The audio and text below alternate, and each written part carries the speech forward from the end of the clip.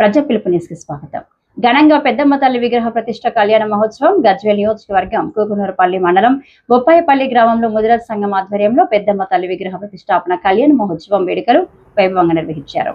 ఈ సందర్భంగా ఆయన మాట్లాడుతూ అమ్మదయ్య ఉంటే అంత మంచి జరుగుతుందని పెద్దమ్మ తల్లి విగ్రహ ప్రతిష్ట కళ్యాణ మహోత్సవం వేడుకలు గత 2 రోజులుగా నిర్వహించడం జరుగుతుందని, సోమవారం విగ్రహాన్ని ప్రతిష్ఠించి భక్తులకు అన్నప్రసాదం అందజేయడం జరిగిందని, అమ్మవారికి వడిబియ్యం సమర్పించి ప్రత్యేక పూజలు నిర్వహించడం జరిగిందని, అమ్మదయ్యతో సకాలంలో వర్షాలు పడి సమృద్ధిగా పంటలు పండిన పంటలకు గిట్టుబాటు ధర రావాలని అమ్మవారిని వేడుకోవడం జరిగిందన్నారు. శనివారం విశేష పూజ కార్యక్రమాలు నిర్వహించి తీర్థప్రసాదాలతో పాటు మహా అన్నప్రసాదం అందజేయడం జరుగుతుందన్నారు. అదేవిధంగా చుట్టుపక్కల గ్రామాల ప్రజలందరూ హాజరై అమ్మవారి ఆశీస్సులు పొందాలని కోరారు.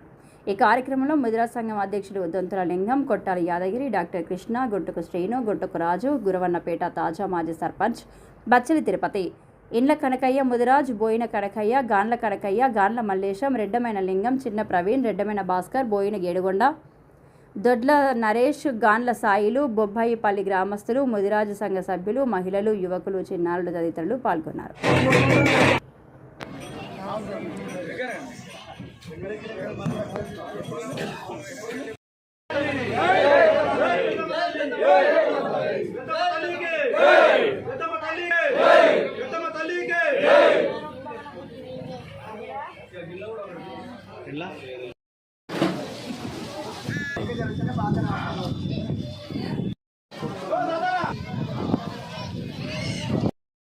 దేవాలయంలో ఈరోజు అమ్మవారిని దర్శనం చేసుకోవడానికి రావడం జరిగింది.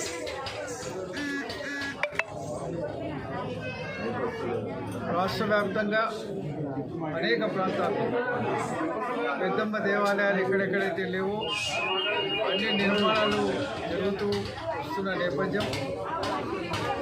మరి ఈ మధ్యకాలంలోనే నేను దాదాపు 25 రోజుల నుంచి దాదాపు రోజు ప్రతి ఒక్క చోట ఏదో ఒక పెద్దమ్మ దేవాలయాన్ని సందర్శించడం, విగ్రహ ప్రతిష్టాపన కార్యక్రమంలో పాల్గొనడం జరుగుతూనే ఉంది. 3 రోజుల క్రితం ఝాన్సీలింగాపూర్ రామాయంపేట మండలంలో చేసుకొని ఇక్కడనే సిద్దిపేట మీదకి వెళ్ళినాం. తెల్లారి మళ్ళీ హుస్నాబాద్ మండలంలో పెద్దమ్మ దేవాలయానికి వచ్చి వెళ్ళినాం.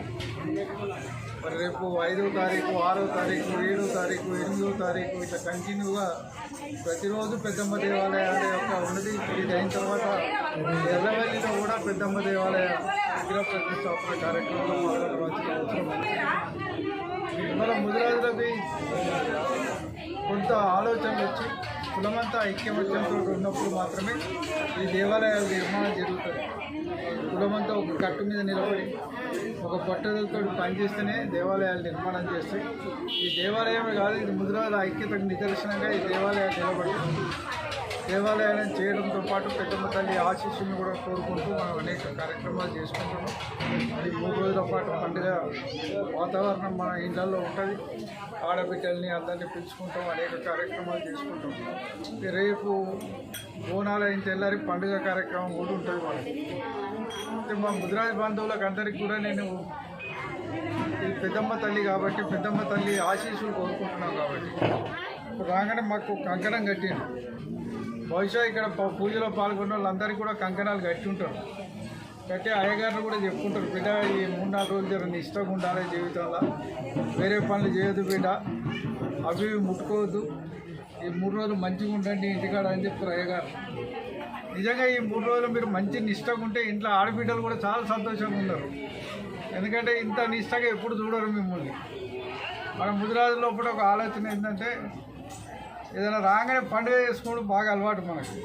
రేపు పండుగ రోజు ఇప్పుడు ఆగమాగం ఉంటుంది మనకు, అదంతా ఒకరినొకరు పట్టకుంటుంటుంది. ఈ పెద్దమ్మ తల్లి ఆశీస్సులతో మన జీవితాల్లో కూడా కొంత నిష్ట రావాలి. కొంత పద్ధతి ప్రకారం మనం కూడా మన భవిష్యత్తు కోసం వారం రోజులు మంచిగా పని చేసుకోవాలి. ఒక్కరోజు పండుగ చేసుకుంటే మంచిగా ఉంటుంది, కానీ రోజు పండుగ చేయొద్దు. మన మీద ఉన్న అపవాదం ఏంటంటే మనం రోజు పండుగగా పైసలన్నీ ఖర్చు పెడతారు, సంపాదించేవన్నీ ఎటో పోతాయని ఒక అపవాదం ఉంది మన బంధువుల మీద. అది కూడా కూడగొట్టుకోవాలి. మన బిడ్డల భవిష్యత్తు కోసం, మన అభివృద్ధి కోసం, మన కుటుంబాల శ్రేయస్సు కోసం మనం కష్టపడాలి. మన కుటుంబాలు పైకి తీసుకురావాలి. ఎందుకంటే స్వతంత్రం వచ్చి ఇన్నేళ్ళు అయినా కూడా ఇంకా మనం పేదరికంలో ఉన్నాం. మన పిల్లలు ఇంకా విద్యారంగంలో వెనుకబడే ఉన్నారు. మరి ఈ కార్యక్రమాల్లో బాగుపడాలంటే ఈ పెద్దమ్మ తల్లిని ఎట్లయితే ప్రతిష్టాపించుకున్నామో మన మనసులలో కూడా ఒక మంచి ఆలోచనను ప్రతిష్టాపించుకొని ఆ పెద్దమ్మ ఆశీస్సులు మన బిడ్డలకు కానీ మన భవిష్యత్తు కానీ మన కుటుంబాలకు ఉండాలని ముదిరాజు బంధువులందరినీ పేరు పేరున ఈ సందర్భంగా కోరుకుంటున్నా. నన్ను ఆహ్వానించిన ఈ గ్రామ ముదిరాజు బంధువులకు, ముదిరాజు సంఘ పెద్దలకు, మరి మత్స్య పారిశ్రామిక సహకార సంఘ పెద్దలకు, మిత్రులకు అందరికీ పేరు పేరున హృదయపూర్వకంగా నమస్కారాలు, ధన్యవాదాలు తెలియజేసుకుంటూ సెలవు తీసుకుంటున్నా. జై ముదిరాజ్. బొబ్బాయిపల్లి మధురై అనే గ్రామం. అన్ని ముదిరాజ్ సంఘ మా ముదిరాజ్ సంఘం తరఫున అందరూ మనకు సహకరించినందుకు గుడి నిర్మాణం చేయడం జరిగింది. దానికి సహకరించిన ప్రతి ఒక్క నాయకులు కానీ, ఊరోళ్ళు కానీ, మా ముదిరాజ్ సంఘం కానీ అందరూ మా కోరిక మేరకు మంచిగా పనిచేసి ఇప్పటి వరకు 3 రోజులు పరీక్ష చేసినాం. అది 3 రోజులు యాగం చేసినాం. 3 రోజుల యాగంలో కూడా అందరూ ప్రతి ఒక్క కులపలు కానీ ప్రతి ఒక్కరు కానీ మనకు సహకరించారు. ఈ సహకరించినందుకు అందరికీ ధన్యవాదాలు తెలుసు. శుక్రవారం గ్రామ మేము దేవతలు మనం చేయడం జరిగింది. తెల్లారంగా మళ్ళీ ఏదో ఏమో చూస్తారు కదా. రెండో రోజు పొలిమేర కట్టడం జరిగింది. రెండో రోజు అందరూ యాగం చేయడం జరిగింది. మూడో రోజు విఘ్న ప్రతిష్ఠ చేయబడింది. ప్రతి ఒక్కరు పాల్గొని కళ్యాణానికి అందరూ వచ్చి, మేము కూడా అధిక సంఖ్యలో వచ్చి పాల్గొన్నందుకు మంచిగా జరిగినందుకు ధన్యవాదాలు తెలుసుకున్నాం. బొబ్బాయిపల్లి గ్రామం వల్ల ప్రతి ఒక్కరు మేము కూడా ముదిరాజ్ సంఘం కూడా మంచిగా ఉండాలని అందరం కోరిన పంతులు కూడా అదే యాగం చేసారు. ఈ తెలంగాణ రాష్ట్రం కూడా మంచిగా పంటలు పండి పాలలు పట్టి మంచిగా బతకాలని రైతులకు కోరిక. బొబ్బాయిపల్లి గ్రామంలో పెద్దమ్మ తల్లి ప్రతిష్టకు శుక్రవారం నాడు నుండి ఇవాళ